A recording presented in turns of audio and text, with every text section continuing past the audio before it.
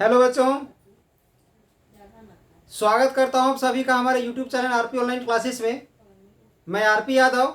आज का इस क्लास में आप लोग के सामने 2024 झारखंड बोर्ड में के द्वारा जो हाफ ईयरली एग्जाम के लिए जो मैथमेटिक्स का जो क्वेश्चन जारी किया गया था, उस क्वेश्चंस का सॉल्यूशन आप लोग के सामने आज हम रखने वाले हैं। तो चलिए, आज का ये क्लास स्टार्ट करने से पहले अगर आप लोग इस चैनल में नए हैं तो चैनल में बने रहने के लिए चैनल को सब्सक्राइब कर दे, बेल आइकन को दबा दे, ताकि इसी तरह का जो भी लेटेस्ट न्यूज कह सकते हो या तो फिर कोई भी लेटेस्ट वीडियो हम बनाएंगे, उससे अपलोड करेंगे, तो उस चीज़ का लाभ आपको समय पर मिल सके। तो आज का इस क्लास में हम क्या बताने वाले हैं आप लोग को? तो आज का इस क्लास में हम झारखंड बोर्ड के द्वारा 2024 में जो हाफ ईयरली एग्जाम हुआ था, यानी ऐसे वन जिसे हम लोग कहते हैं, उसमें मैथमेटिक्स का जो क्वेश्चन था, साइंस कॉमर्स हो या आर्ट्स हो, उसका मैथमेटिक्स का जो क्वेश्चन था, उस क्वेश्चंस का सॉल्यूशन हम आज आप लोग को बताने वाले हैं। तो चलिए, पहले हम सभी क्वेश्चंस को एक एक करके देखते हैं, उसके बाद एक एक करके क्वेश्चंस का सॉल्यूशन बताया जाएगा।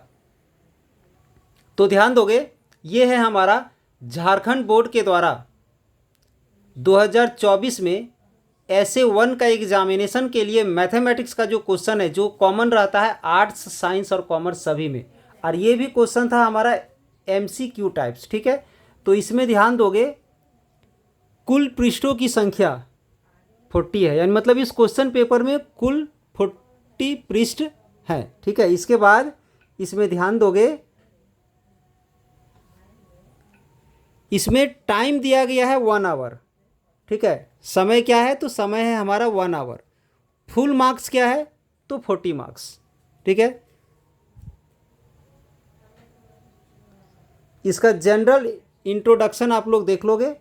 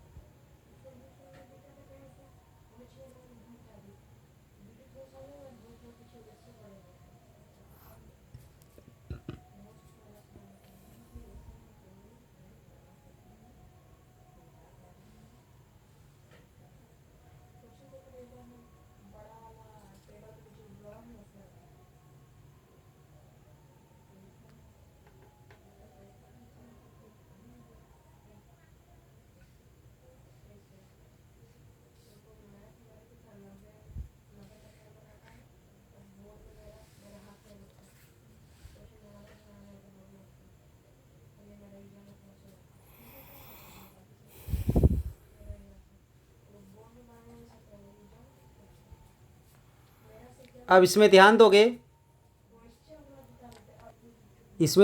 जो क्वेश्चन है हमारा, क्वेश्चन नंबर फर्स्ट, इसमें चेक करके बताना है कि रिफ्लेक्सिव है या सिमेट्रिक है या ट्रांजिटिव है, क्या है, इस पर सही ऑप्शन को चूज करना है। ठीक है, ये क्वेश्चन आपका हिंदी और इंग्लिश दोनों में प्रेजेंट है। क्वेश्चन नंबर 2 है,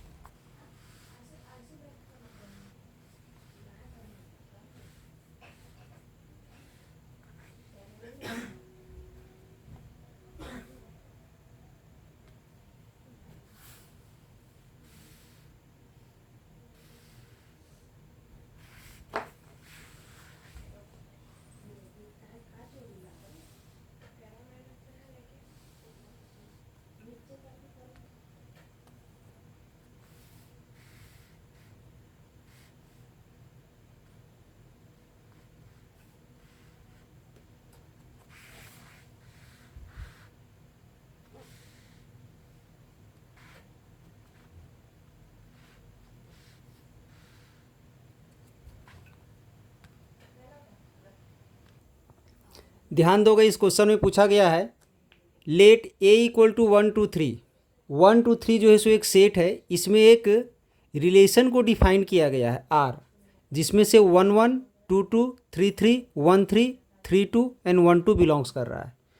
तो इस क्वेश्चंस को देखने से पहले हम जो रिलेशन फंक्शन का जो भी वीडियो अपलोड किए हुए हैं उसे एक बार आप लोग ज़रूर देखोगे, ताकि आज का क्लास में कहीं किसी तरह का प्रॉब्लम नहीं होगा। ठीक है, तो जैसे कि इसमें 1 2 3 है, ठीक है, इन सभी एलिमेंट्स के लिए जो ऑर्डर्ड पेयर होगा, 1 के लिए 1 1, 2 के लिए 2 2, 3 के लिए 3 3 का जो ऑर्डर्ड पेयर है वो अगर बिलोंग्स करता है तो वो हमारा रिफ्लेक्सिव कहलाता है। तो देखिए 1 1 बिलोंग्स कर रहा है, 2 2 बिलोंग्स कर रहा है, 3 3 भी बिलोंग्स कर रहा है, यानी ये रिफ्लेक्सिव है। सिमेट्रिक कब होता है? अगर एक्स वाई बिलोंग्स कर रहा है तो उसको उल्टा करने से, ऑर्डर पेयर को उल्टा करने से क्या आ जाएगा, वाई एक्स आएगा, तो वो भी बिलोंग्स करना चाहिए। जैसे कि यहाँ पर देखोगे 1 3 है, 1 3 है, 1 3 को उल्टा करने से क्या आ रहा है, 3 1। 3 1 इसमें आगे कहीं नहीं है या पीछे, 3 1 इसमें बिलोंग्स नहीं कर रहा है, यानी ये जो है सो हमारा सिमेट्रिक नहीं है। तो सबसे पहला चीज़ कि इक्विवेलेंस रिलेशन हम लोग किसको बोलते हैं? इक्विवेलेंस रिलेशन हम लोग उसको बोलते हैं जो रिफ्लेक्सिव, सिमेट्रिक और ट्रांजिटिव दोनों होता है। तो सिमेट्रिक तो हुआ नहीं है, यानी चलिए ये डी नंबर इसका ऑप्शन नहीं होगा। और इसके बाद इसमें बोल रहा है सिमेट्रिक, ए भी नहीं होगा, ठीक है, सी भी नहीं होगा। यहाँ तो क्लियर हो जाता है क्वेश्चन कि हमारा ए नहीं होगा क्योंकि सिमेट्रिक नहीं है, सी नहीं होगा, सिमेट्रिक नहीं है, डी भी नहीं होगा क्योंकि सिमेट्रिक नहीं है। तो अगर ए नहीं होगा, डी नहीं होगा, सी नहीं होगा, तो क्या बच क्या जाता है हमारे पास, बी नंबर, यानी इसका आंसर क्या होना चाहिए, बी नंबर होना चाहिए। बी में क्या बोल रहा है, रिफ्लेक्सिव और ट्रांजिटिव एंड नॉट सिमेट्रिक। तो रिफ्लेक्सिव तो हो चुका है, ट्रांजिटिव नॉट सिमेट्रिक जा चुका है। अब ट्रांजिटिव के लिए देखते हैं। ट्रांजिटिव के लिए क्या होता है कि सपोज कि यहाँ जैसे देखोगे आप लोग 1 1 और 1 3, 1 1 जो है और 1 3 जो है, तो इसका लास्ट और इसका फर्स्ट अगर इक्वल है तो उसको हटा करके देखेंगे तो क्या बचेगा, इसका 1 और इसका 3, तो 1 3 बचेगा। 1 3 तो इसमें बिलोंग्स कर ही रहा है, ठीक है। अब अगर हम इसे और इसे देखते हैं, ठीक है, इन दोनों को देखते हैं, यहाँ से इसका लास्ट और इसका फर्स्ट हटाएंगे तो क्या बचेगा, 1 2, तो 1 2 भी तो हमारा यहाँ बिलोंग्स कर रहा है, ठीक है, वो भी हो गया हमारा। अब इन दोनों को देखते हैं, इसका लास्ट और इसका फर्स्ट हटाएंगे तो क्या बचेगा, 3 2 बचेगा, तो 3 2 भी हमारा बिलोंग्स कर रहा है। मतलब हर तरह से ये ट्रांजिटिव हमारा आ रहा है, यानी ये क्या हो जाएगा, reflexive and transitive but not symmetric, यानी इसका आंसर क्या हो जाएगा, तो इसका आंसर हो जाएगा बी नंबर। फर्स्ट का आंसर क्या होगा, बी नंबर हो जाएगा। अब हम इसका सेकेंड का आंसर देखते हैं। सेकेंड में क्या बोला गया है, if R is a relation in the set N given by, किस प्रकार से डिफाइन किया गया है कि आर में जो है सो ए और बी का ऑर्डर्ड पेयर बिलोंग्स तभी करेगा जब ए प्लस बी इक्वल टू 5 होगा, ठीक है, और बी ग्रेटर देन 1 होना चाहिए। तो सबसे पहले देखते हैं कि अगर आर में कोई भी ऑर्डर्ड पेयर बिलोंग्स कर रहा है तो उन दोनों को जोड़ने से 5 आना चाहिए। देखते हैं चार ऑप्शन में यहाँ पर किसको किसको जोड़ने से 5 आ रहा है। इसको जोड़ने से 5 आ रहा है, इसको जोड़ने से 5 नहीं आ रहा है, इसका 6 आ जा रहा है, इसे जोड़ने से भी 5 आ रहा है, इसे जोड़ने से भी 5 नहीं आ रहा है, मतलब ए और डी हमारा हो सकता है। तब देखते हैं इसमें से एक रिजल्ट और दिया हुआ है कि बी ग्रेटर देन 1, बी यानी सेकेंड कोऑर्डिनेट 1 से बड़ा होना चाहिए। तो यहाँ पर जो 3 है हमारा, 3 जो है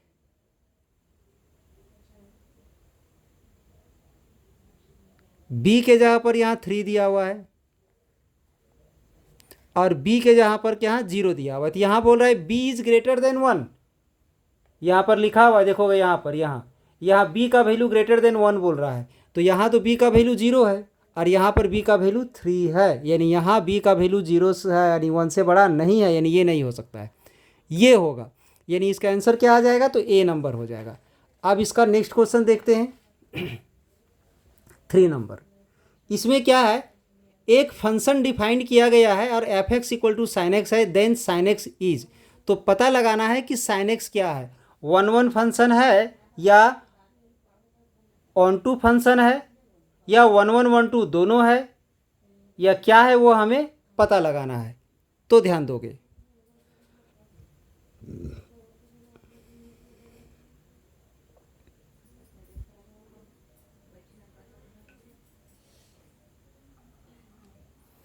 नेक्स्ट क्वेश्चन है क्वेश्चन नंबर 3, ध्यान दोगे।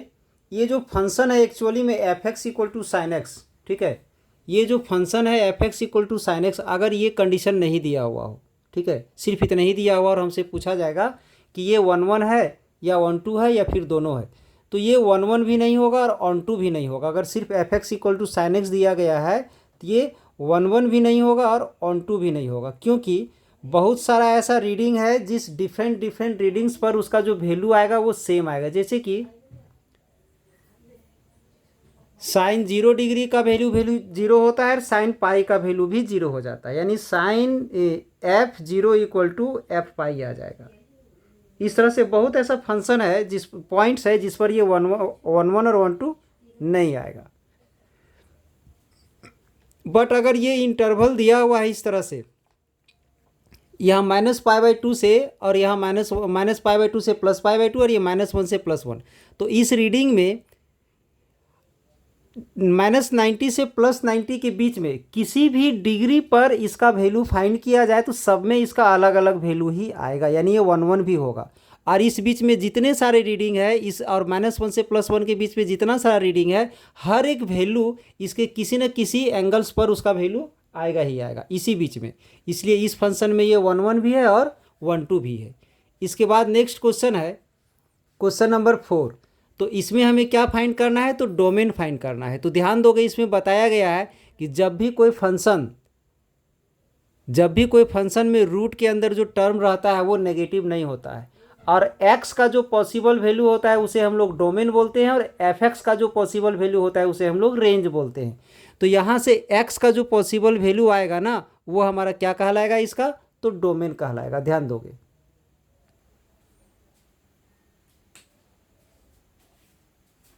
ध्यान दोगे 4 नंबर क्वेश्चन में f x equal to given है 9 - x², ठीक है, इसका डोमेन फाइंड करना है। तो x डोमेन जब भी निकालना हो तो x का जो पॉसिबल वैल्यू होता है उसे हम लोग डोमेन कहते हैं, ठीक है। तो रूट के अंदर जो टर्म है वो कभी भी नेगेटिव नहीं होता है, तो ये ग्रेटर देन इक्वल टू 0 होगा, तो 9 greater than equal to x² होगा। तो इसे हम लोग ऐसे भी लिख सकते हैं, इसको इधर और इधर कर देंगे तो क्या आ जाएगा, x² लेस देन 9, यानी x² less than equal to 3² तो इसमें आप लोग को बताया गया होगा, लीनियर इक्वेशन में पढ़े होंगे, x² less than equal to a² अगर रहता है तो x का value greater than equal to -a but less than equal to a होता है, यानी x belongs to capital bracket a to capital bracket -a से +a होता है। ये होता है इसका x का वैल्यू। तो यहाँ से उसी को हम लोग अगर फाइंड करेंगे तो यहाँ से क्या आ जाएगा, x greater than equal to -3 but less than equal to 3, ऐसा आएगा, यानी x belongs to capital bracket -3 से +3, और यही क्या हो जाएगा इसका, तो डोमेन हो जाएगा, यानी इसका आंसर आ जाएगा ए नंबर, आंसर होगा इसका ए नंबर। इसके बाद नेक्स्ट क्वेश्चन है, इसमें ध्यान दोगे, नेक्स्ट क्वेश्चन है क्वेश्चन नंबर 5। इसमें एक फंक्शन f दिया हुआ है, दूसरा फंक्शन g दिया हुआ है, और हमें फाइंड करना है g कॉम्बिनेशन f, ठीक है। तो ध्यान दोगे इसमें क्या करना है। सबसे पहले इसमें अगर हम लिख दें, ये जो 1 2 है ऑर्डर्ड पेयर, इसमें बिलोंग्स कर रहा है, इसका मतलब है कि f1 इक्वल टू 2 होगा, f3 इक्वल टू 5 होगा, और f4 इक्वल टू 1 होगा। सेम उसी प्रकार से इसमें G2 इक्वल टू लेंगे तो कितना आएगा 3, G5 अगर ले ले तो 1, G1 लेने तो 3। अब हमें क्या फाइंड करना है, तो हमें फाइंड करना है G कॉम्बिनेशन F, ये फाइंड करना है। तो ये F है, ठीक है, तो यहाँ ब्रैकेट में जो आएगा, यहाँ जो ब्रैकेट में जो आएगा वो वही एलिमेंट आएगा जो F में ब्रैकेट में है। तो क्या क्या है 1 3 5, अगर यहाँ 1 लेते हैं तो इसको लिखने का क्या तरीका है, इसको लिखने का तरीका यही है कि G फिर यहाँ मिडिल ब्रैकेट F1 लिखते हैं, ऐसा लिखते हैं हम लोग इस प्रकार से। तो इसे अगर हम इस प्रकार से लिखते हैं तो F1 का वैल्यू 2 है, इस F1 के जगह पर 2 आ जाएगा, 2 आ गया। और फिर यहाँ देखोगे F2 का वैल्यू क्या है, तो 3 है, ठीक है। अब सेम उसी प्रकार से फिर हम एफ जी कॉम्बिनेशन एफ लेते हैं। इसका 1 एलिमेंट तो हम ले लिए, अब किसको लेंगे, 3 को लेंगे यहाँ पर। तो फिर इसको लिखेंगे जी ब्रैकेट मिडिल ब्रैकेट F3 का वैल्यू क्या है, तो 5 है, तो यहाँ 5 आ जाएगा, तो क्या हो जाएगा G5 का वैल्यू क्या है, तो 1 है। अब फिर जी कॉम्बिनेशन F लेंगे। अब इस जैसे 1 3 हो गया, 1 हो गया, 3 हो गया, 4 लेंगे, तो इसे हम लोग लिख सकते हैं F4 का वैल्यू क्या है, F4 का वैल्यू यहाँ 1 है, 1 आ गया। G1 का क्या है, तो 3 है। यानी इस तरह से इसका रिजल्ट को हम लोग लिखेंगे कैसे, हमें यहाँ लिखना था जी कॉम्बिनेशन एफ। अब हम लोग जी कॉम्बिनेशन एफ को कैसे लिखेंगे, ध्यान दोगे। सबसे पहले 1 लिए तो क्या आया, 3, 1 लिए यहाँ तो 3 आया, मतलब इसको ऑर्डर पेयर 1 3 ऐसा लिखेंगे, ठीक है, कॉमा। अब ये 3 लिए तो क्या आया, 1 आया, मतलब 3 और 1 लिखेंगे। अब यहाँ 4 लिए तो क्या आया, तो 3 आया, तो यहाँ हम लोग 4 3 लिखेंगे। तो आ गया 1 3 3 1 और 4 3। यानी देखा जाए तो इसका फर्स्ट आया 1 3 4, और इसका सेकेंड आया 3 1 3 आ गया। यानी डायरेक्ट हम लोग लिख सकते थे। यानी इसका आंसर क्या हो जाएगा, तो इसका आंसर हो जाएगा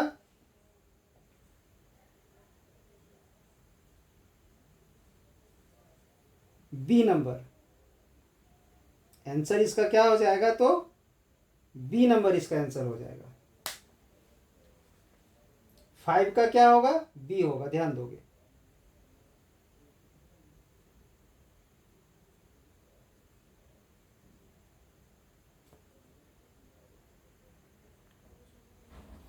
इसके बाद क्वेश्चन नंबर 6 है, ध्यान दोगे। साइन इनवर्स 1/√2, ठीक है। तो एकदम सिंपल सा तरीका है इसका। साइन का वैल्यू 1/√2 कब होता है, 45 डिग्री, यानी π/4, ठीक है। इसका आंसर क्या हो जाएगा, तो π/4 हो जाएगा, जो कि डी नंबर में है। इसके बाद 7 नंबर,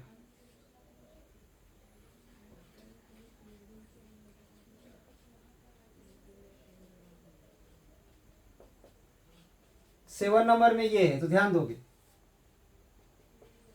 सेक का वैल्यू 2 कब होता है, तो सेक का वैल्यू 2 होता है 60 डिग्री पर, मतलब π/3। साइन का वैल्यू फिर से 45 डिग्री। तो एलसीएम लेंगे यहां पर, एलसीएम लोगे तो आ जाएगा 12 8π प्लस 3π, यानी 11π/12।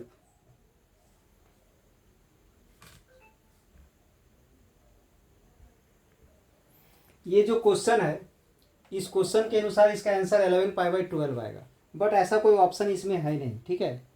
ऑप्शन ऐसा दिया हुआ ही नहीं है। अगर ऑप्शन के अनुसार हम चलते हैं, मतलब जो क्वेश्चन दिया हुआ है उसके अनुसार ये होगा आंसर, ठीक है। बट अगर हम यहाँ पर रूट नहीं लेके चलते, तो यहाँ पर क्या आता है, तो π/6 आ जाता, 30 डिग्री होता है इसका, क्या आ जाता है यहाँ पर, π/6। और एलसीएम यहाँ पर अगर हम 6 ले लेते, तो यहाँ पर पाई बचता और यहाँ पर 4 हो जाता, तो आंसर कितना आ जाता, 5π/6।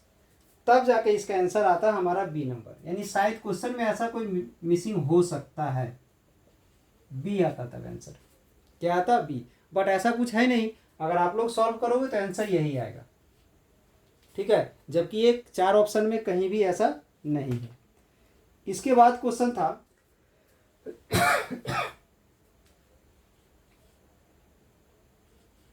कॉस, फिर ब्रैकेट के अंदर है कॉस इनवर्स -√3/2 प्लस π/6, ऐसा है क्वेश्चन, ध्यान दोगे। तो इसमें एक फॉर्मूला यूज होने वाला है, आप लोग पढ़े होंगे। इनवर्स ट्रिगोनोमेट्रिक फंक्शन में कॉस इनवर्स -x रहता है, तो इसका होता है -π कॉस इनवर्स एक्स, ऐसा हो जाता है ये फॉर्मूला। इस फॉर्मूला का हम यहाँ पर यूज करने वाले हैं। तो इसका आ जाएगा पाई माइनस कॉस इनवर्स √3/2। यानी यहाँ जब माइनस रहता है तो पाई माइनस करने से माइनस हट जाता है, तो इसी में हम पाई माइनस कर दिए तो वहां से माइनस जो है सो हट गया।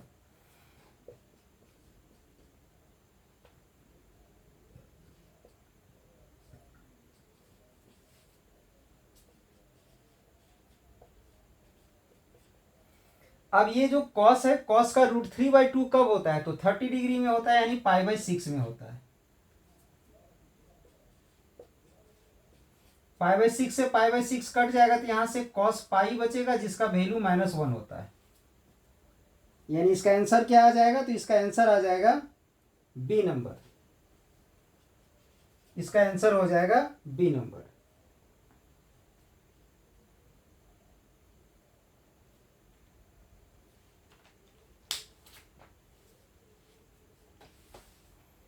इसके बाद नेक्स्ट क्वेश्चन है 9 नंबर।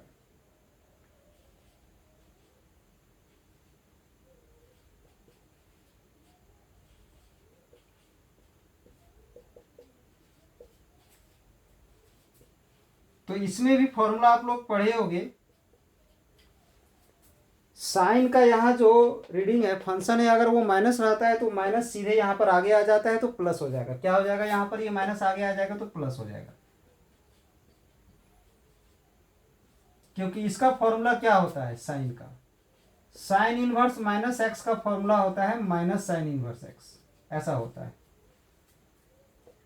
अब इसमें हम लोग लिख सकते हैं साइन का वैल्यू 1/2 कब होता है?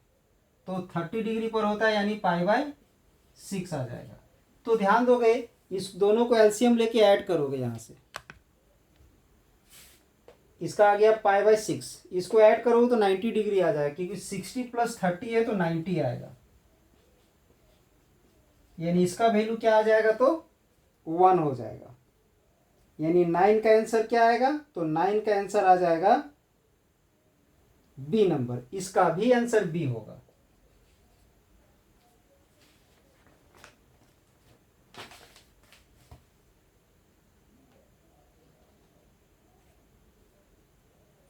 इसके बाद 10 नंबर देखोगे।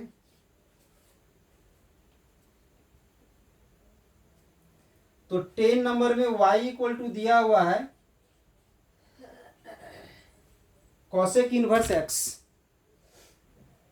तो इसमें पूछा गया है इसका प्रिंसिपल वैल्यू। तो इसका प्रिंसिपल वैल्यू पढ़े होंगे आप लोग। इसका प्रिंसिपल वैल्यू होता है -π/2 से +π/2 और -0, ऐसा होना चाहिए था, मिडिल ब्रैकेट होना चाहिए था, बट वहां नहीं दिया हुआ है, उससे कोई दिक्कत नहीं है।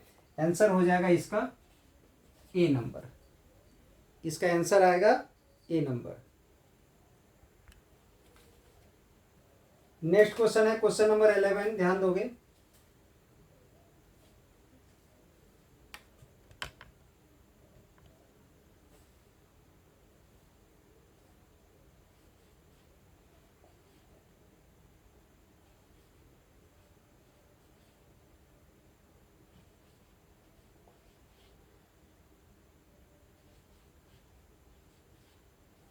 इसे वैल्यूट करना है। ये एक डिटर्मिनेंट है। तो डिटर्मिनेंट में हम लोग क्या करते हैं? इसे हम लोग क्रॉस मल्टीप्लाई करते हैं।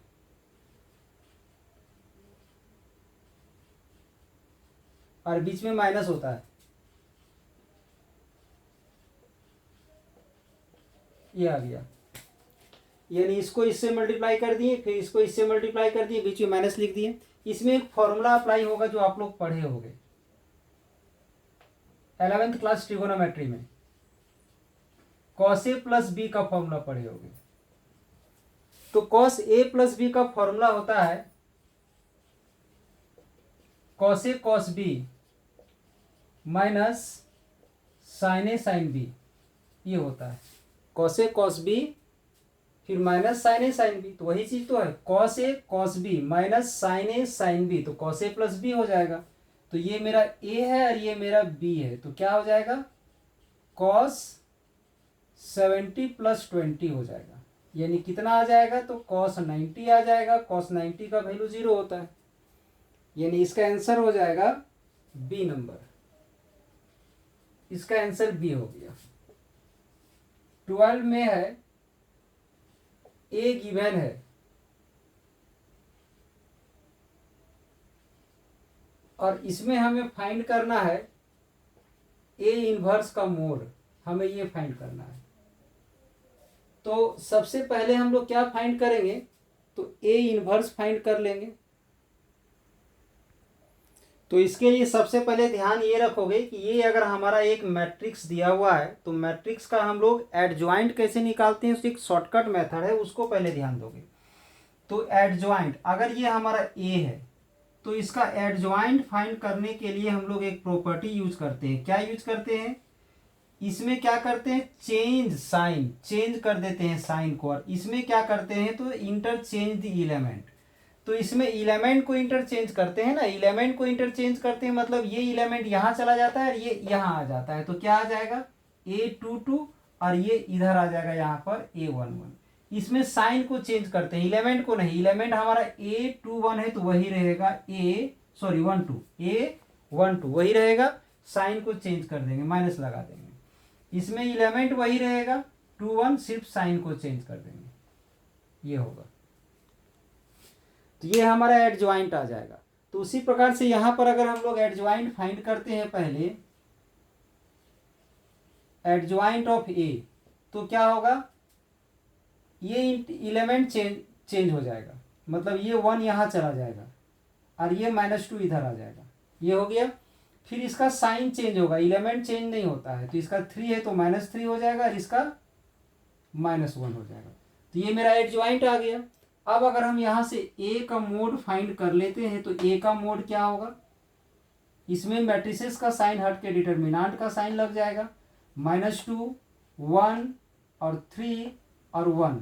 अब इसे सॉल्व करेंगे, इसको क्रॉस मल्टीप्लाई करेंगे तो क्या आ जाएगा, -2 और इसको मल्टीप्लाई करेंगे तो क्या आ जाएगा 3 और बीच में माइनस रखेंगे तो क्या आ जाएगा -5। क्या आ गया, -5। अब हम लोग इनवर्स फाइंड कर लेते हैं यहाँ से। तो इनवर्स का फॉर्मूला होता है 1/a का डिटर्मिनेंट एंड एडजॉइंट ए, ये होता है। तो इसका वैल्यू जो आ गया है 1/-5 हो जाएगा, और एडजॉइंट का वैल्यू ये जो आया है हमारा 1, -1 और -3 और -2, ये हो जाएगा। अब ये जो -1/5 है उसको हम लोग अंदर में मल्टीप्लाई कर दे सकते हैं। अंदर में मल्टीप्लाई कर देंगे तो क्या आ जाएगा, ये यहाँ मल्टीप्लाई हो जाएगा तो -1/5 होगा, ये यहाँ मल्टीप्लाई होगा तो माइनस प्लस और 1/5 हो जाएगा, यहाँ पर 3/5 हो जाएगा प्लस में, और ये यहाँ पर आ जाएगा प्लस होकर के 2/5, ये आ गया। अब हमें क्या करना था, तो इसका मोड निकालना था यानी डिटर्मिनेंट। तो इसका डिटर्मिनेंट हम लोग फाइंड कर देते हैं। तो इसमें मैट्रिसेस का साइन हट के डिटर्मिनेंट का साइन लग जाएगा यहां से।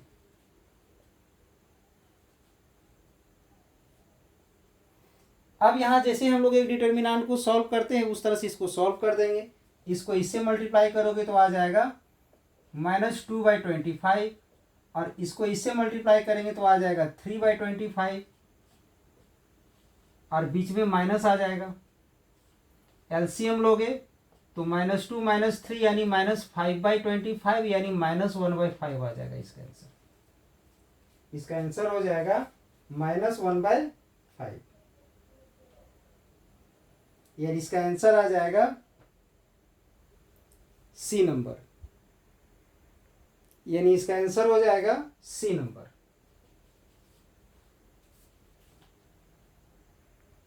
नेक्स्ट क्वेश्चन है 13 में, ये 3 पॉइंट दिया हुआ है, ये तीनों पॉइंट कॉलिनियर है, तो हमें के का वैल्यू फाइंड करना है। तो डिटर्मिनेंट में आप लोग पढ़े होंगे कि ए बी सी से बनने वाला ट्रायंगल का अगर हम एरिया निकालेंगे तो क्या होता है,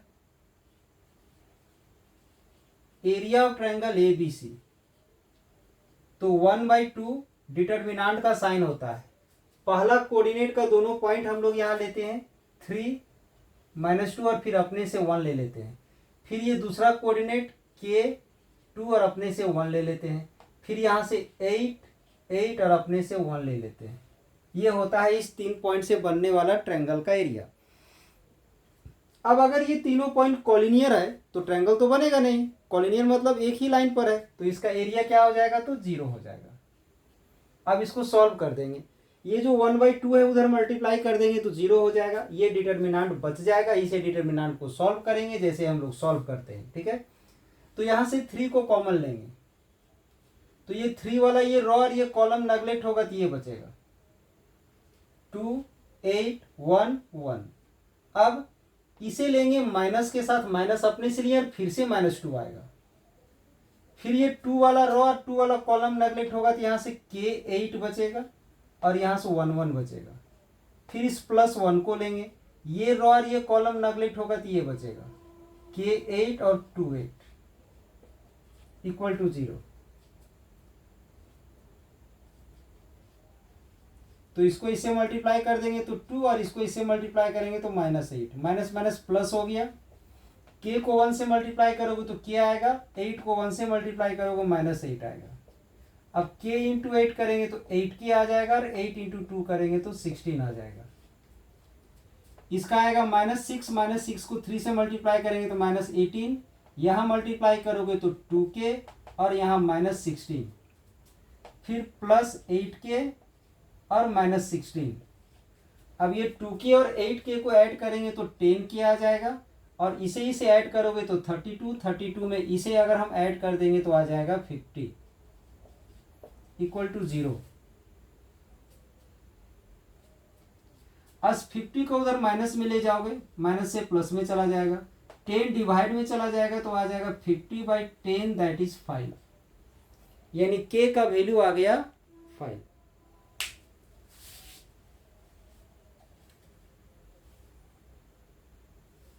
यानी इसका आंसर हो जाएगा C नंबर, इसका आंसर C नंबर आ जाएगा।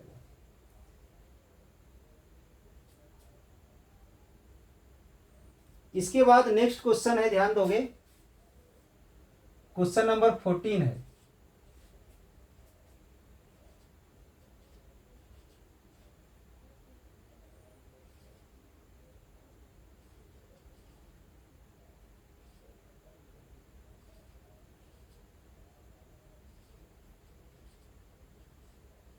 इस डिटर्मिनेंट को सॉल्व करना है।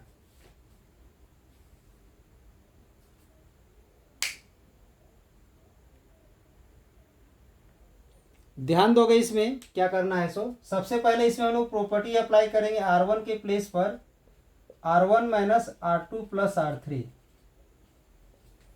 R2 और R3 को पहले ऐड करना है, R2 R3 को ऐड करना है, मतलब इन दोनों को ऐड करेंगे, यानी ये R2 और R3 को ऐड करके वो R1 में सब्ट्रैक्ट करेंगे तो यहाँ से B + C होगा, उसमें जाके माइनस हो जाएगा तो क्या आ जाएगा, तो 0 हो जाएगा। इसे डेल्टा मान लेते हैं, यहाँ 0 आ जाएगा, ठीक है। अब इन दोनों को ऐड करेंगे तो क्या हो जाएगा, 2C + A, और उसमें ले जाके माइनस करेंगे तो A से A कैंसिल हो जाएगा तो -2C बचेगा। सेम उसी प्रकार से यहाँ पर -2B बचेगा।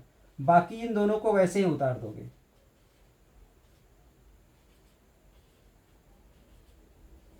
ये आ जाएगा।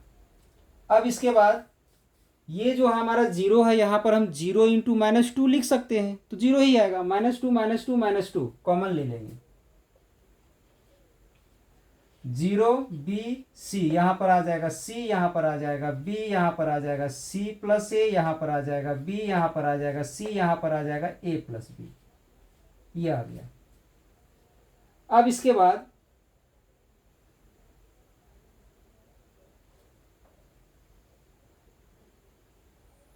इसे हम यहाँ पर माइनस कर देंगे, माइनस करने से वैसा कोई रिजल्ट तो आएगा नहीं, बट थोड़ा सा सिंपल हो जाएगा। R3 में R3 - R1, तो इसको यहाँ पहले तो R1 और R2 वैसे ही उतार देते हैं, R1 R2 को वैसे ही उतार देते हैं।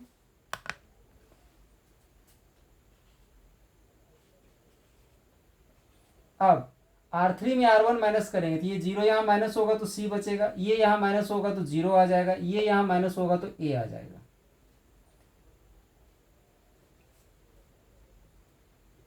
सेम उसी प्रकार से एक प्रॉपर्टी और यूज कर सकते थे ये जो R1 है उसको R2 में भी माइनस कर सकते थे, नहीं किए तो हम यहाँ माइनस कर देते हैं, R2 माइनस R1। अगर R2 माइनस R1 यूज कर देते तो पहले R1 को तो ऐसे ही उतार देंगे, अब इसे इसमें माइनस करेंगे, जीरो को यहाँ माइनस करेंगे तो वही रह जाएगा, इसको इसमें माइनस करेंगे तो C कट जाएगा तो ये बचेगा, इसको यहाँ माइनस करेंगे तो जीरो आ जाएगा, ये वैसे ही हो जाएगा, C जीरो और A। अब यहाँ से इसे हम एक्सपेंड कर देते हैं। अगर यहाँ से हम इसे एक्सपेंड करते हैं तो ध्यान दोगे, जीरो है तो जीरो लेने की जरूरत है नहीं, हम सीधे क्या ले लेंगे, माइनस C ले लेते हैं, माइनस C ले लेते हैं तो ये और ये नेगलेक्ट होगा तो यहाँ से BC बचेगा और यहाँ से जीरो A बचेगा। फिर प्लस B ले लेते हैं तो ये और ये नेगलेक्ट होगा तो ये बचेगा, BC और A जीरो, ये बच जाएगा। अब इसे मल्टीप्लाई कर दोगे,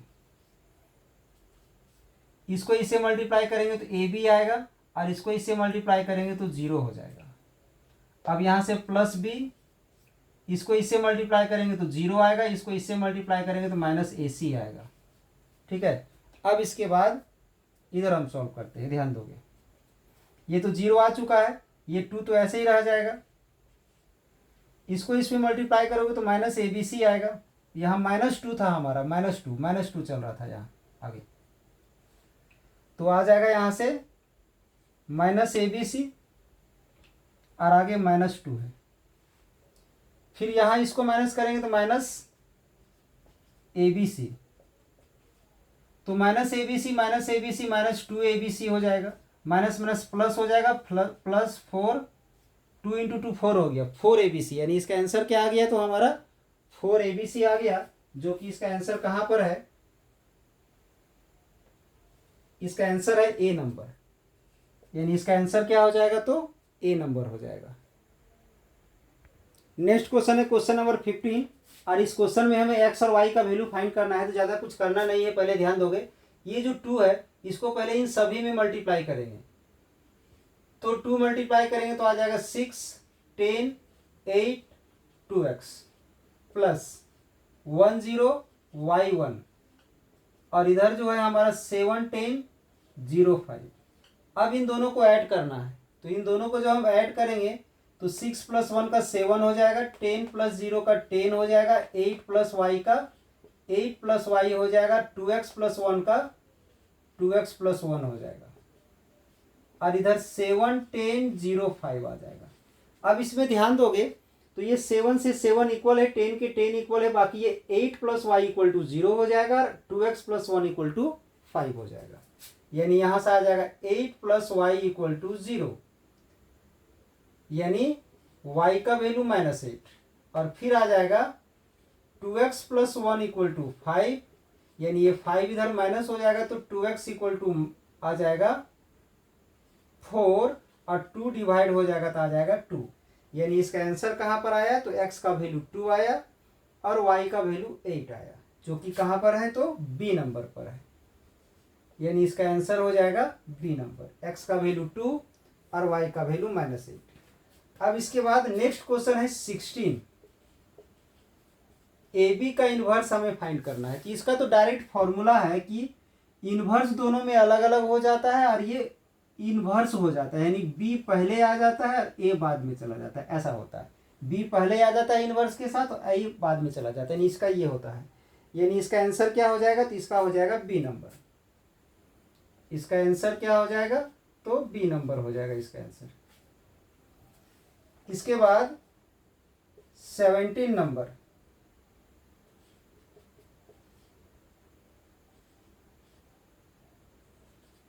तो अभी जस्ट हम बता चुके हैं कि हम लोग इसको जो लेते हैं एडजॉइंट निकालने में तो यहाँ साइन चेंज होता है, इसको जो लेते हैं उसमें एलिमेंट चेंज हो जाता है, तो अगर हम एडजॉइंट फाइंड करते हैं यहाँ से तो क्या आ जाएगा, इसमें एलिमेंट चेंज होता है, बताएं अभी जस्ट पिछले क्वेश्चन में बताएं, तो D यहाँ चला जाएगा और A यहाँ पर आ जाएगा, ठीक है, और इसमें साइन चेंज होता है, एलिमेंट नहीं, तो B है तो -B हो जाएगा और ये C है तो -C हो जाएगा, यानी इसका एडजॉइंट आ जाएगा ये,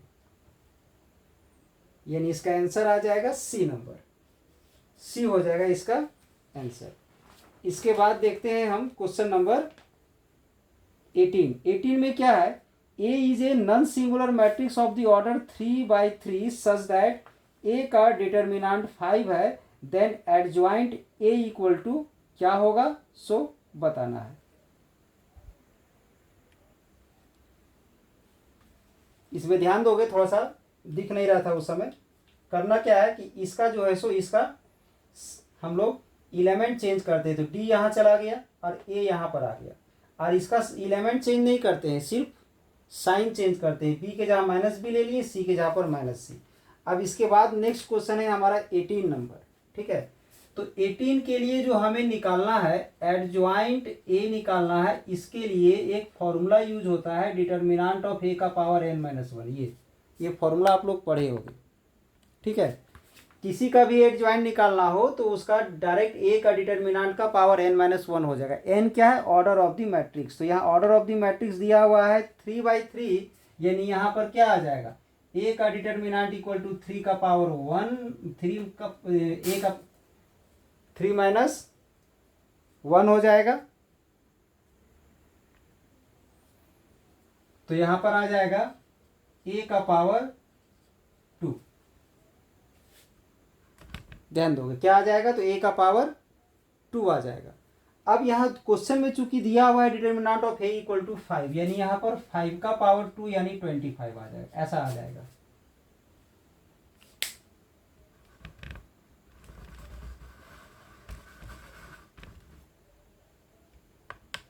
ध्यान दोगे, क्वेश्चन में हम लोग जानते हैं ये एक फॉर्मूला है कि किसी भी मैट्रिसेस का डिटर्मिनेंट एडजॉइंट का मोड अगर निकालना हो तो उसका डिटर्मिनेंट का पावर n-1 हो जाता है। ये n जो है सो उसका ऑर्डर होता है, किसका, तो मैट्रिक्स का। तो यहाँ क्वेश्चन में दिया हुआ है 3/3, तो यहाँ इसका ऑर्डर 3 हो जाएगा, पावर 2 आ जाएगा, और इसका वैल्यू 5 दिया हुआ था तो 5 का पावर 2 ले लिए, यानी 25 हो जाएगा इसका आंसर। यानी इसका आंसर बी नंबर हो जाएगा, इसका आंसर बी हो जाएगा। ये था 18 नंबर। अब हम लोग 19 नंबर देखते हैं। 19 में f(x) इक्वल टू x-1 का मोड दिया हुआ है और x बिलोंग्स टू r दिया हुआ है, ठीक है। तो ये जो हमारा फंक्शन है, ठीक है, ये जो फंक्शन है, सबसे पहला चीज कि अगर कोई भी मोड वाला फंक्शन दिया हुआ हो, कोई भी मोड वाला फंक्शन दिया हुआ हो, जैसे कि मोड x-a दिया हुआ हो, तो ये जो फंक्शन है ना, ये जो a है, a पर डिफरेंशिएबल नहीं होता है, यानी x इक्वल टू a पर ये डिफरेंशिएबल नहीं होता है। तो सेम उसी प्रकार से ये 1 पर डिफरेंशिएबल नहीं होगा, बट कंटिन्यूअस होगा, ऑल पॉइंट्स पर कंटिन्यूअस होगा। तो इसका जो 4 ऑप्शन जो दिया हुआ था, 4 ऑप्शन में एक है continuous at x equal to 1, तो वो भी सही है, यानी x इक्वल टू 1 पर ये कंटिन्यूअस होगा ही, ठीक है। इसके बाद continuous for all real numbers, वो भी सही है, सभी रियल पॉइंट्स पर कंटिन्यूअस होता है। सी में है not differentiable at x equal to 1, वो भी सही है। और डी में दे दिया है नॉन ऑफ दीज, जबकि डी में देना चाहिए था ऑल ऑफ दीज देना चाहिए था, तब जाके इसका आंसर नंबर डी होता है। यानी इसके अनुसार इसका 4 ऑप्शन में से डी गलत है और बाकी ए बी सी इसका सही है, ठीक है। यानी ऑप्शन ही इसका कुछ गलत है, यानी डी में होना चाहिए था ऑल ऑफ दीज होना चाहिए था, नॉन ऑफ दीज के जगह पर, तब जाके डी होता है आंसर। यानी उसके अनुसार इसके अनुसार ए बी सी तीनों आंसर हो गया। अब हम नेक्स्ट में आते हैं।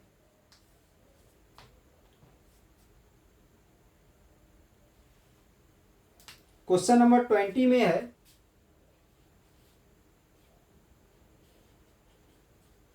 f(x) equal to x sign 1/x और k, और ये है x नॉट इक्वल टू 0 के लिए और ये x इक्वल टू 0 के लिए, और इसमें दिया गया है कि ये x इक्वल टू 0 पर कंटिन्यूअस है, तो k का वैल्यू फाइंड करना है। अगर ये फंक्शन हमारा x इक्वल टू 0 पर कंटिन्यूअस है तो इसका left hand limit, right hand limit और f0 तीनों इक्वल आएगा, ठीक है। तो तीनों निकालते हैं, तो तीनों को लेके चलने की जरूरत नहीं पड़ेगा, पहले हम LHL निकाल लेते हैं at x equal to 0। x equal to 0 पर अगर हम लोग LHL निकालते हैं तो क्या आएगा, limit x tends to zero minus f x, और limit x tends to zero minus f x का ये वैल्यू पुट कर देंगे x sign 1/x।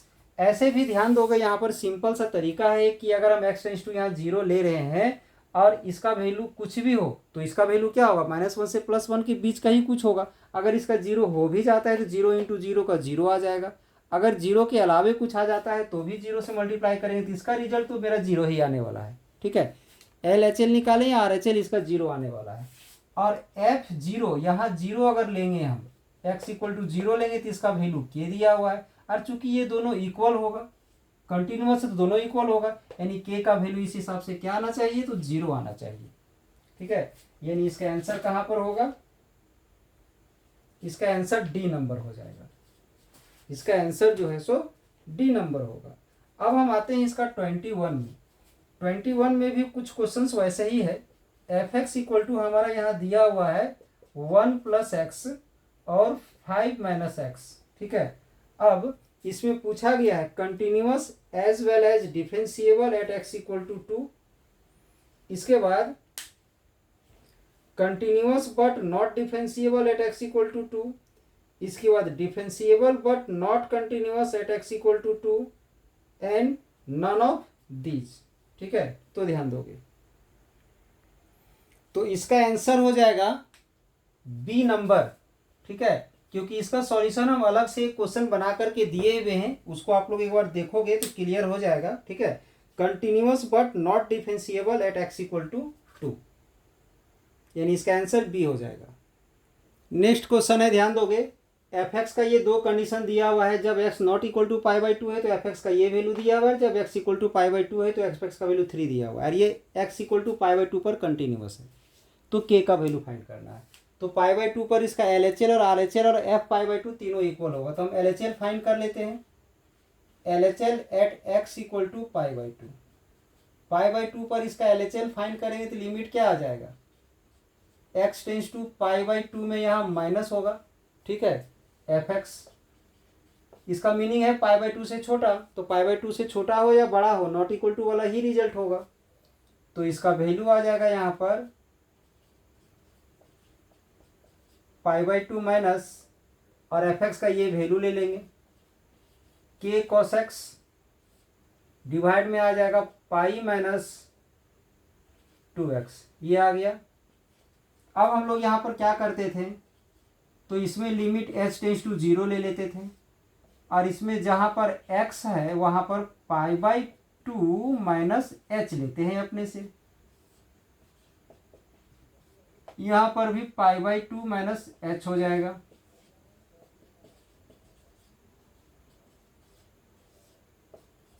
cos π/2 minus h का साइन h हो जाएगा, पढ़े होगे 11th क्लास में।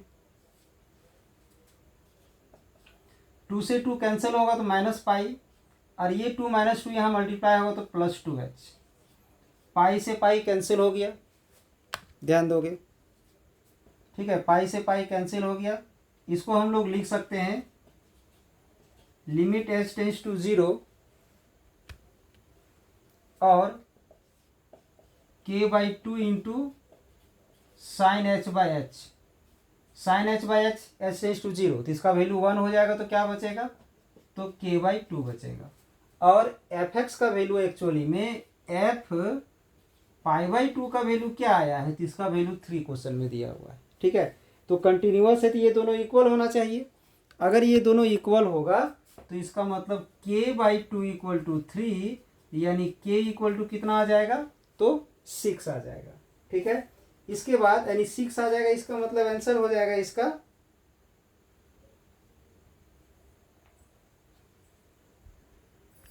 इसमें k का वैल्यू 6 तो आ गया है, बट इसका ऑप्शन में कहीं नहीं दिया हुआ है, यानी इसका चारों का चारों ऑप्शन रॉन्ग है। ठीक है, अब इसे हमें डिफ्रेंशिएट करना है, इसका dy/dx फाइंड करना है। तो अगर हम लोग इसे डिफ्रेंशिएट कर देते हैं तो यहाँ भी dy/dx हो जाएगा। अब इसमें हम लोग चेन रूल अप्लाई करेंगे, तो डिफ्रेंशिएशन अगर आप लोग नहीं पढ़े हो तो डिफ्रेंशिएशन का बहुत सारा वीडियो हम अपलोड करके रखे हुए, उसके एक बार जरूर देखोगे। चेन रूल अप्लाई करेंगे तो पावर के अंदर जो टर्म हमारा है ax + b, वहाँ या नीचे आ जाएगा, फिर इसको चेन रूल, एक चेन बनाएंगे, फिर यहाँ नीचे dx आ जाएगा, पावर इसका आगे आ जाएगा, पावर इसका जो है सो माइनस हो जाएगा, तो power minus m minus one हो जाएगा, कांस्टेंट का जीरो होता है, और इसका x का वन हो जाएगा, तो इंटू में a बचेगा, यानी क्या आ जाएगा a into m a x plus b to the power m minus one, यानी इसका आंसर आ जाएगा बी नंबर। इसका आंसर कहाँ से आ जाएगा, इसका बी नंबर हो जाएगा आंसर। अब इसके बाद नेक्स्ट क्वेश्चन है 24 में देखोगे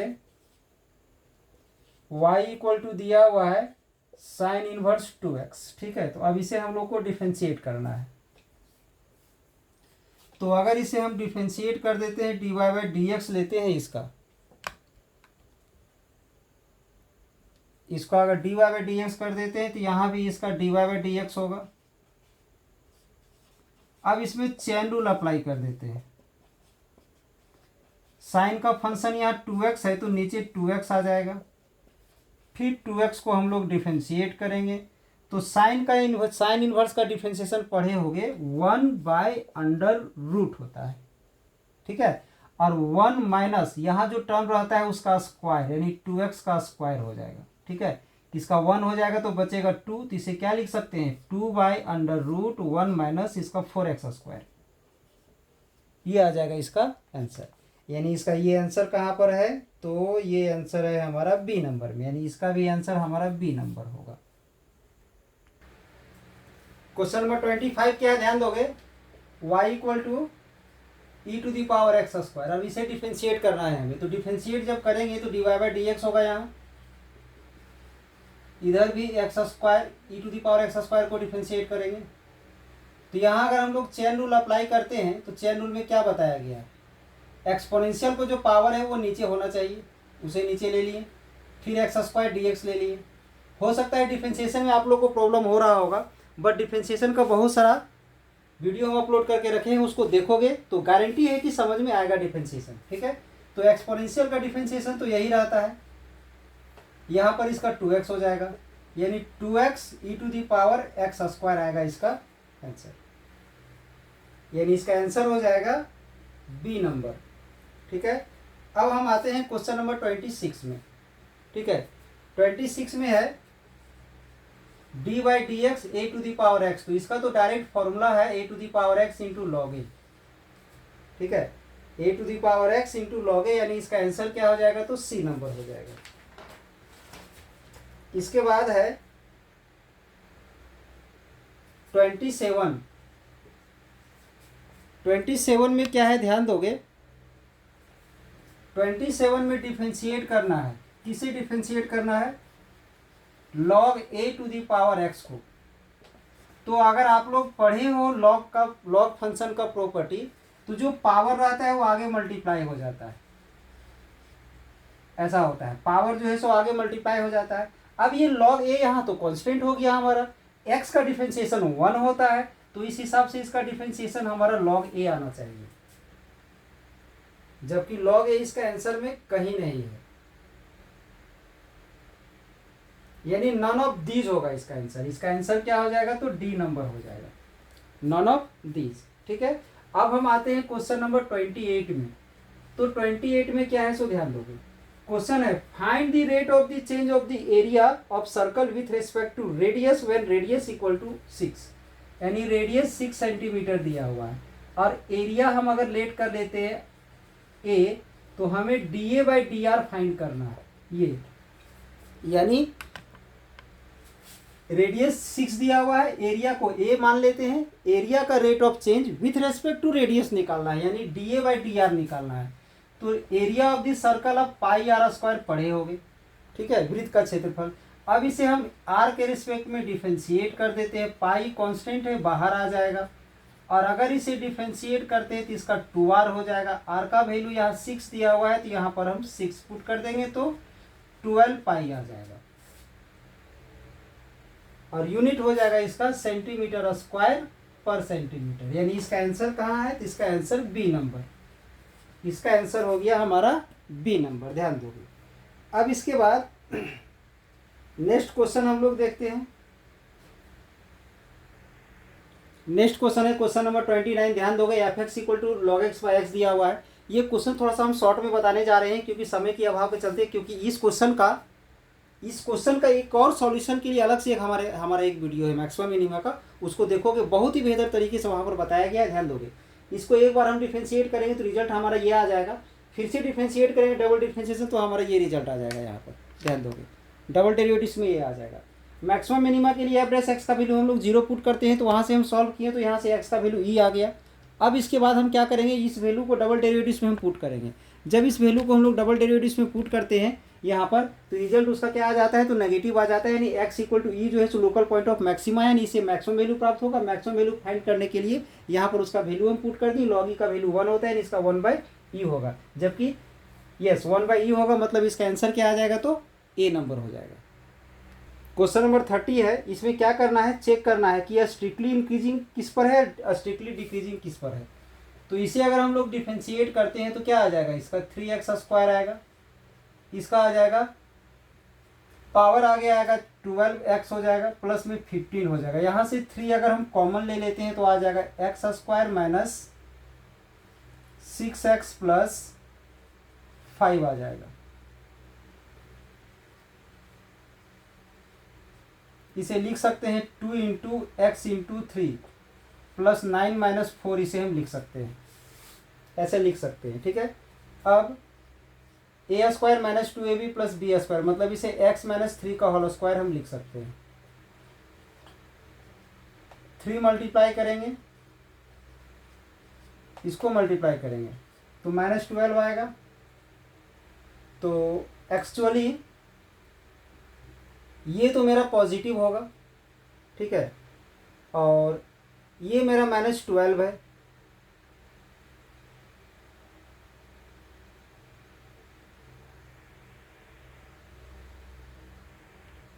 यहाँ से इसका सॉल्यूशन थोड़ा सा हम चेंज कर रहे हैं क्योंकि इसमें प्रॉब्लम होगा इंटरवल फाइंड करने में। सबसे पहले हम लोग इसे फैक्टराइज करेंगे, इसे हम लोग फैक्टराइज करते हैं। तो फैक्टराइज करेंगे तो क्या आ जाएगा, x माइनस 3 और x, अगर इसे फैक्टराइज करते हो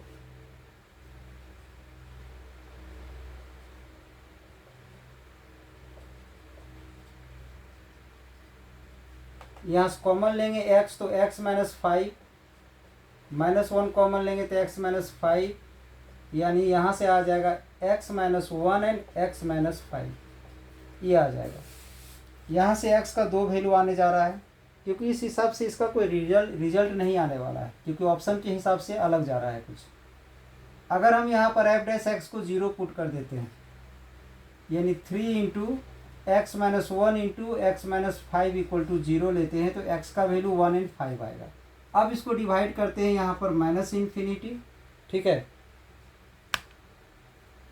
फिर यहाँ ले लेते हैं 1, यहाँ ले लेते हैं 5, यहाँ ले लेते हैं +∞। तो यहाँ इंटरवल बन रहा है, एक इंटरवल हमारा बन रहा है -∞ से 1, एक इंटरवल बन रहा है हमारा 1 से 5, एक इंटरवल हमारा बन रहा है 5 से ∞। इसी में चेक करना है। तो -∞ से 1 के बीच में अगर कुछ भी वैल्यू अगर हम पुट करते हैं, ध्यान दोगे -∞ से 1 के बीच का कोई भी वैल्यू, जैसे -∞ से 1 के बीच का वैल्यू क्या क्या आएगा, 0 भी तो आ सकता है इधर कहीं 0। अगर यहाँ 0 हम पुट कर देते हैं, ठीक है, थोड़ा सा ध्यान दोगे, अगर यहाँ 0 पुट कर देते तो इसका वैल्यू पॉजिटिव आ जाएगा, यानी यहाँ एफ डैश जो आ जाएगा वो पॉजिटिव आएगा। तो यहाँ एफ डैश जो है सो नेगेटिव आएगा, यहाँ जो एफ डैश है वो पॉजिटिव आएगा। तो इस हिसाब से ये इंक्रीजिंग आया हमारा इन दोनों इंटरवल में, यानी -∞ और 1 यूनियन 5 और ∞, इसमें इंक्रीजिंग आ गया। इन दोनों इंटरवल में इंक्रीजिंग आया और इस बीच वाले में डिक्रीजिंग आया। तो इसके अनुसार इसका कहीं कोई ऑप्शन इसका नहीं है, यानी इसका नन ऑफ दीज होगा, यानी डी नंबर होगा। ठीक है, इसके बाद एक क्वेश्चन है क्वेश्चन नंबर 31। तो क्वेश्चन नंबर 31 में ध्यान दोगे,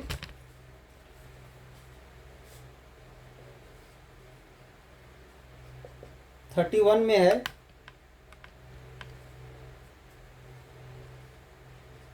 x Q minus 6x² plus 9x+3। अब अगर इसे हमें डिफ्रेंशिएट करते हैं तो आ जाएगा 3x² माइनस 12x प्लस 9। अगर यहाँ से हम इसे भी अगर हम इसका भी निकालना है कि ये कहाँ पर ये डिक्रीजिंग है, इसका डिक्रीजिंग वाला इंटरवल निकालना है, तो इसमें भी हम 3 को कॉमन ले लेते हैं, ये आ जाएगा।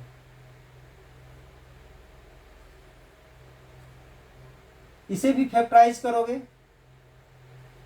तो x-3 और x-1 आ जाएगा। इसमें से x का रीडिंग क्या आ जाएगा, 1 और 2 आएगा।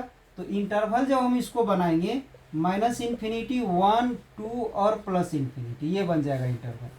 तो इस बीच का कोई भी रीडिंग अगर यहाँ पुट करेंगे तो ये पॉजिटिव आएगा, यहाँ नेगेटिव आएगा और यहाँ पॉजिटिव आएगा। सेम रिजल्ट है, दोनों क्वेश्चन लगभग सेम है। तो डिक्रीजिंग पूछा गया है ना, तो डिक्रीजिंग के लिए 1 से 2 हमारा आंसर आ रहा है इसका, यानी इसका आंसर 1 से 2 आ रहा है। यानी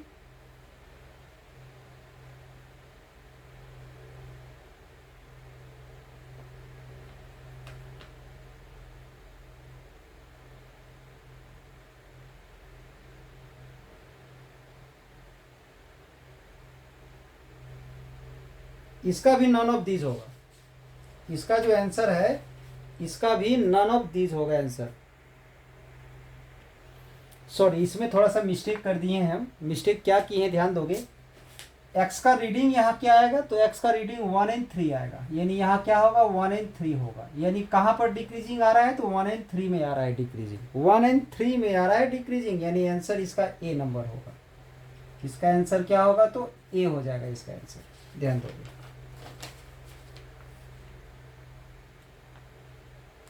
इसके बाद 32 में ध्यान दोगे, fx = x⁴x। अब इसका डिक्रीजिंग निकालना है, तो इसे अगर हम लोग डिफरेंशिएट करेंगे तो क्या आ जाएगा, x⁴x × 1 + log x आएगा।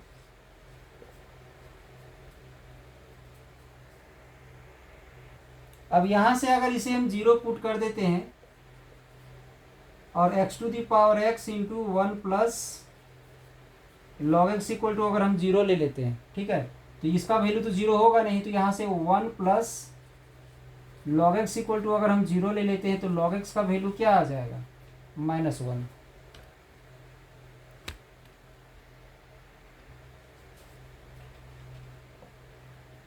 log x का वैल्यू -1 आ जाएगा। और एक चीज पढ़े होगे आप लोग, माइनस रहने देते हैं, 1 के लिए क्या हो जाएगा, log e हो जाएगा। क्या हो जाएगा, log e। अब यहां से ये माइनस है, तो माइनस हटाने के लिए इसे हम log 1/e लिख सकते हैं, यानी x का वैल्यू क्या आ गया, 1/e, 1/e आ गया। तो इसको हम लोग ऐसे भी सॉल्व कर सकते थे, ध्यान दोगे।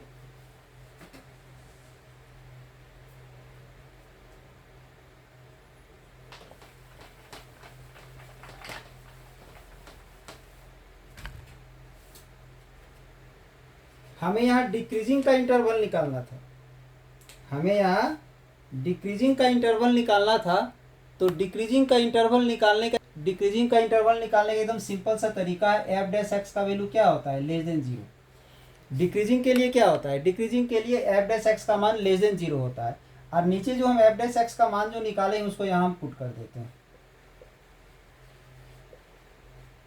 ये <0 होगा, तो ये तो हम 0 की तरफ ले जाएंगे तो 1 + log x बचेगा, ये <0 हो गया, यानी log x <-1 हो गया, यानी log x log 1/e हो गया, यानी x <1/e हो गया।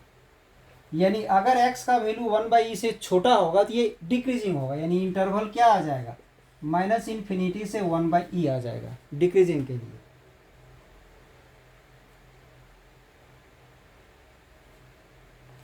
ठीक है, इसके अनुसार रीडिंग हमारा -∞ से 1/e आ गया। बट एक चीज ध्यान में रहे कि log का कोई भी फंक्शन नेगेटिव वैल्यू में डिफाइंड नहीं होता है, इसलिए ये रिजल्ट हट करके यहाँ पर क्या आ जाएगा, तो 0 से 1/e आ जाएगा।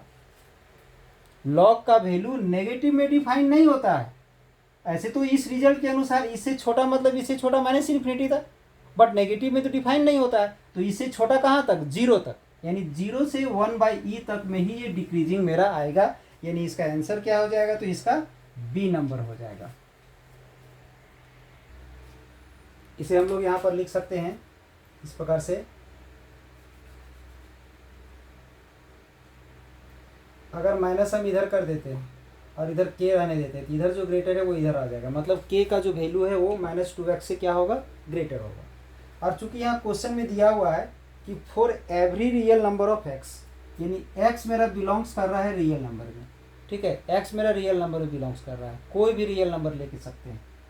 तो इस x के जगह पर हम कोई भी रियल नंबर ले सकते हैं, और ये जो k है हमारा वो इससे ग्रेटर है। तो ध्यान दोगे x का वैल्यू क्या होगा, greater than -infinity but less then infinity, real number है मतलब इन दोनों के बीच में होगा। अब अगर हम -2x कर देते हैं, यहाँ पर साइन चेंज कर देते हैं, तो इधर इन्फिनिटी आ जाएगा, इधर साइन आ जाएगा, इधर -x हो जाएगा, इधर साइन आ जाएगा, फिर इधर में इन्फिनिटी आ जाएगा, यानी 2 मल्टीप्लाई करेंगे तो रिजल्ट तो मेरा वही आएगा, रिजल्ट मेरा यही रहेगा। यानी ये इसका जो वैल्यू है वो इनफिनाइट से -इन्फिनाइट से +इन्फिनाइट के बीच में है।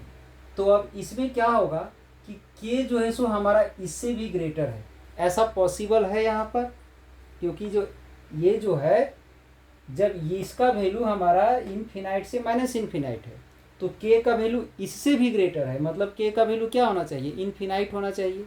इनफिनाइट से भी बड़ा मतलब क्या, कुछ भी नहीं होगा।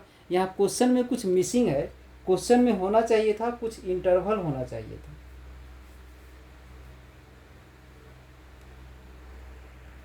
इस क्वेश्चन में x के लिए कुछ इंटरवल दिया हुआ होना चाहिए, जो कि दिया हुआ नहीं है, इसलिए क्वेश्चन में यहाँ पर प्रॉब्लम हो सकता है, ठीक है। अगर इस क्वेश्चन में कुछ ऐसा दिया रहता कि x हमारा, सपोज कि दिया रहता है ऐसा कुछ कि x बिलोंग्स कर रहा है हमारा 1 से 3 के बीच में, ऐसा दिया रहता, अगर ऐसा दिया रहता x बिलोंग्स कर रहा है 1 से 3 के बीच में, तो हम ले लेते x greater then 1 but less then 3, फिर यहाँ पर हम 2 मल्टीप्लाई कर देते तो क्या आ जाता, 6 आ जाता इधर, और माइनस लगा देते, माइनस लगा देते दोनों तरफ, ऐसा कुछ आ जाता। अब जब -2x का वैल्यू इस रेंज में लाइज कर रहा है, मतलब -6 से -2 के बीच में है, और k जो है सो हमारा उससे भी बड़ा है, k का वैल्यू हमारा उससे भी मेरा बड़ा है, इसका मतलब k क्या आ जाता, k जो है ग्रेटर देन इक्वल टू -2 आता, ये आता। अगर ऐसा कुछ दिया रहता वहाँ पर रीडिंग तो, यानी बस, जबकि ऐसा कुछ दिया हुआ नहीं है, ऑप्शन के अनुसार क्वेश्चन मेरा नहीं चल रहा है, यानी इसका कोई भी ऑप्शन सही नहीं होगा। यानी अब हम आते हैं नेक्स्ट क्वेश्चन में। क्वेश्चन नंबर 34 है, ध्यान दोगे, f(x) = cosec x, और इसका इंटरवल दिया हुआ है -π से 0, और इसमें पूछा गया है जे मैक्सिमा, यानी ये इस इंटरवल के किस पॉइंट पर मैक्सिमा वैल्यू को रखता है। तो इसके लिए हम लोग इसे डिफरेंशिएट करेंगे तो क्या आ जाएगा, इसका differentiation -cosec x × cot x होता है, ठीक है। अब इसे एक बार और अगर डिफरेंशिएट कर देते हैं,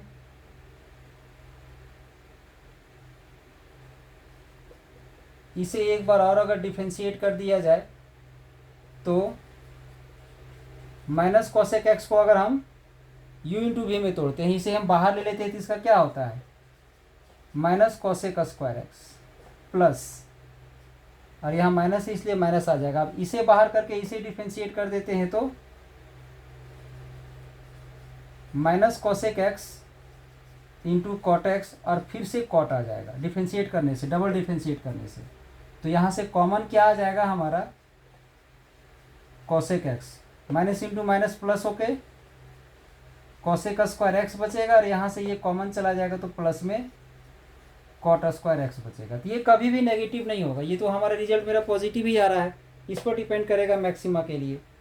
तो इंटरवल दिया हुआ है, तो इंटरवल जब दिया हुआ था तो हमें डबल डिफरेंशिएट करने की ज़रूरत नहीं था, ठीक है। और जबकि मैक्सिमा बोला है कि किस पॉइंट पर मैक्सिमा अटेन कर रहा है, तो अगर हम यहाँ पर पुट कर देते हैं इसे जीरो पुट कर देते हैं,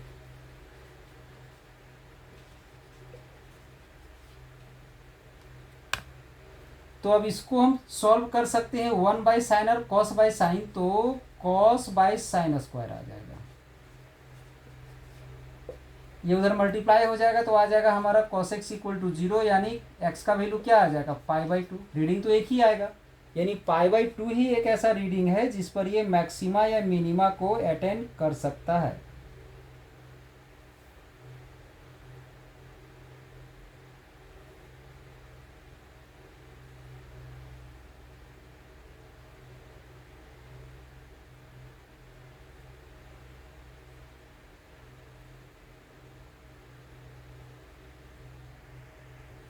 यानी यहाँ से π/2 और -π/2 दोनों आ सकता है।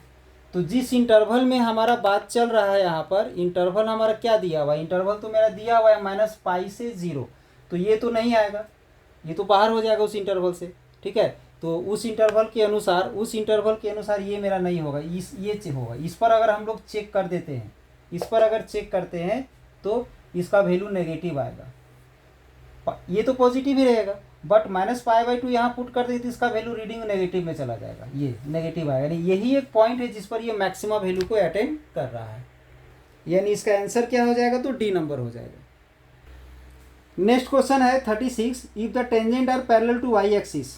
तो ध्यान दोगे, टेंजेंट जब हमारा एक्स एक्सिस के पैरेलल होता है तो dy/dx का वैल्यू 0 होता है, और जब वाई एक्सिस के पैरेलल होता है तो dy/dx का वैल्यू इनफिनाइट होता है, ठीक है।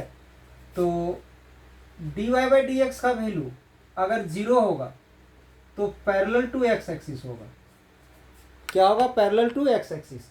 अब अगर dy/dx का मान इन्फिनिटी या dx/dy का वैल्यू अगर 0 होगा तो पैरेलल टू वाई एक्सिस होगा, याद रखोगे।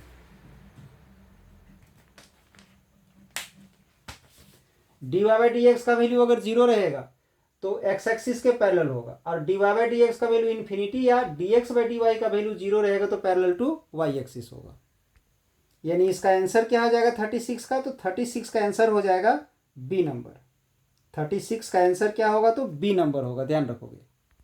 क्वेश्चन नंबर 37 में find the tangent to the curve y = x² + 4x + 1 at x = 2। x = 2 पर इसका टेंजेंट निकालना है। तो सबसे पहले इसे हम लोग डिफरेंशिएट करेंगे तो क्या आ जाएगा, 2x + 4 आ जाएगा, ठीक है। अब यहाँ पर x का मान दिया हुआ है मेरा 2, तो 2 पुट कर देंगे यहाँ, तो 2 × 2 + 4 यानी 4 + 4 यानी इसका 8 आ जाएगा। ये क्वेश्चन में थोड़ा कंफ्यूजन दे दिया है, इस क्वेश्चन को अधूरा लग रहा है। ये क्वेश्चन में होना चाहिए था find the slope of the tangent, question होना चाहिए था find the slope of the tangent, जबकि यहाँ सिर्फ बोल दिया है फाइंड द टेंजेंट, गलत है क्वेश्चन होगा find the slope of the tangent, तब जाके आंसर कितना आ रहा है 8, यानी बी नंबर होता। क्योंकि स्लोप ऑफ द टेंजेंट क्या होता है, slope of tangent equal to होता है dy/dx, और इसका वैल्यू मेरा 8 आया है, जो कि कहां पर है, तो बी नंबर पर है। यानी क्वेश्चन में थोड़ा मिस्टेक है, स्लोप छूट गया है, स्लोप ऑफ द टेंजेंट होना चाहिए था। इसके बाद क्वेश्चन नंबर 38 में है, इसमें है मेरा equation of the tangent. Question दिया हुआ है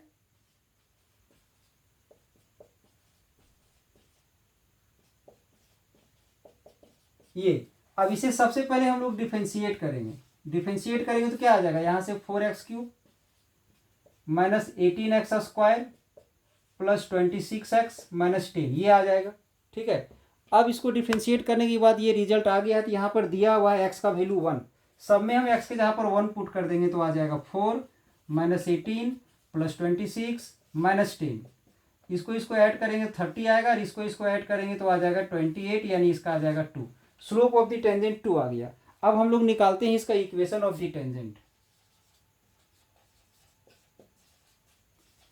इक्वेशन ऑफ टेंजेंट का फॉर्मूला पढ़े होगे, y minus y not equal to d y by d x into x minus x not. ये था फॉर्मूला। टेंजेंट एंड नॉर्मल का एक वीडियो हम डाले हुए हैं, उसको देखोगे। एक्स नॉट वाई नॉट यहाँ पर क्या है, जो पॉइंट दिया हुआ है 13, पॉइंट जो मेरा 13 दिया हुआ है वो है, ठीक है। तो यहाँ पर y, तो वाई नॉट का वैल्यू 3 आ जाएगा, d y by d x का वैल्यू 2 आ जाएगा, और एक्स नॉट का वैल्यू 1 आ जाएगा। अब इसे हम लोग सॉल्व करेंगे। सॉल्व करेंगे तो इसका क्या आ जाएगा, y माइनस 3 2x माइनस 2। अब सबको एक तरफ ले जाते हैं, y को भी उधर ले जाएंगे तो क्या आ जाएगा 0, 2x माइनस वाई, और ये -3 यहाँ +3 हो जाएगा तो +1 आ जाएगा, यानी 2x माइनस वाई +1, यानी आंसर क्या हो जाएगा, तो ए नंबर आएगा। आंसर क्या होगा, ए नंबर हो जाएगा इसका। अब नेक्स्ट क्वेश्चन ध्यान दोगे।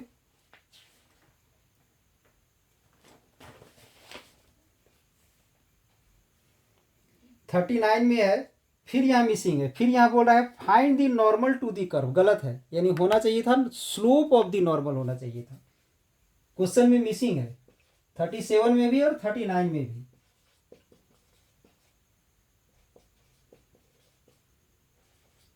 इसमें भी हम लोग निकालेंगे d y by d x. D y by d x निकालेंगे तो यहाँ से आ जाएगा 2x + 5। अब पॉइंट दिया हुआ है क्वेश्चन में, पॉइंट क्या दिया हुआ है, तो दिया हुआ है 2 पुट करेंगे, 4 + 5 यानी 9 आ जाएगा। तो स्लोप ऑफ द नॉर्मल क्या होता है, स्लोप ऑफ द नॉर्मल हो जाता है -1 by d y by d x, ये होता है। टेंजेंट एंड नॉर्मल का एक वीडियो हम डाल के रखे हैं, उसको देखना जरूर है, ठीक है। Minus d y by d x का वैल्यू 9, यानी ये आ जाएगा -1 बाई 9 आ जाएगा। नेक्स्ट क्वेश्चन है 40, इसमें equation of the normal find करना है, ध्यान दोगे। तो सबसे पहले इसे हम लोग डिफ्रेंशिएट करेंगे, d y by d x, तो आ जाएगा 4x³ माइनस 12x² + 3, और पॉइंट दिया हुआ है 0 और 3, यानी यहाँ 0 पुट करेंगे तो कितना आ जाएगा, 3 आ जाएगा। अब इक्वेशन ऑफ नॉर्मल क्या होता है, इक्वेशन ऑफ नॉर्मल पढ़े होंगे, d y by d x into y minus y not plus x minus x not. अगर टेंजेंट एंड नॉर्मल नहीं पढ़े हो तो वीडियो देखोगे, अपलोड किया हुआ है।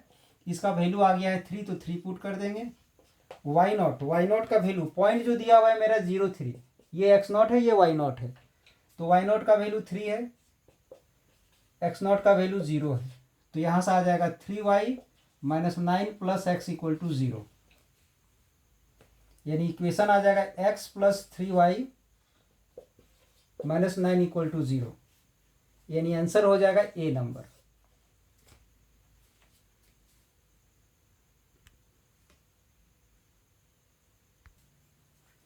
तो उम्मीद करते हैं आप लोग को आज का क्लास ये अच्छा लगा हो, ठीक है। अगर किसी भी तरह का प्रॉब्लम हुआ है तो उसके लिए कमेंट्स बॉक्स में लिख के भेज सकते हैं, उस चीज़ को ध्यान में रखा जाएगा। और अगर आज का क्लास आप लोग को अच्छा लगा हो तो इसे एक लाइक ज़रूर कर दें, और इसी तरह का और अगर लेटेस्ट वीडियो आपको चाहिए तो इसके लिए चैनल में अगर आप लोग नए हैं तो चैनल में बने रहने के लिए चैनल को सब्सक्राइब कर दें, बेल आइकन को दबा दें, ताकि हर एक लेटेस्ट वीडियो आपको समय पर मिलते रहे।